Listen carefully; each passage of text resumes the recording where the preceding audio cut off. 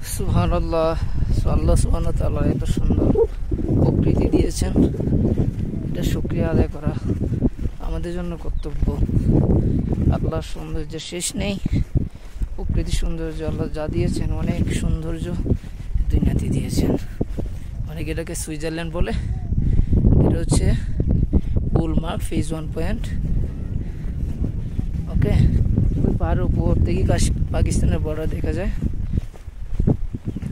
আমরা এখানে পাহাড়ের নিচ থেকে যে উপর দেখা যায়, এটা ও টপ অফ দ্য হিল ওইখানে আছে। তো মাশাআল্লাহ, আল্লাহ সুবহানাহু ওয়া তাআলা প্রকৃতি ঘোরাকে ইবাদত বানিয়ে দিয়েছেন, ফরজ নামাজকেও শর্ট করে দিয়েছেন। সো এটাও একটা ইবাদত। শুকরিয়া, এখানে আসছি।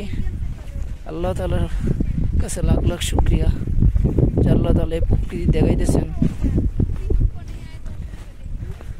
এই প্রকৃতি আল্লাহ সুবহানাহু ওয়া তাআলা আমাদেরকে ঘুরে ঘুরে দেখার জন্য আহ্বান করেছেন। বান্দা দেখো প্রকৃতি, আল্লাহ শুকরিয়া আদায় করো। সফর একটা ইবাদত। আমিও সফরে আসছি।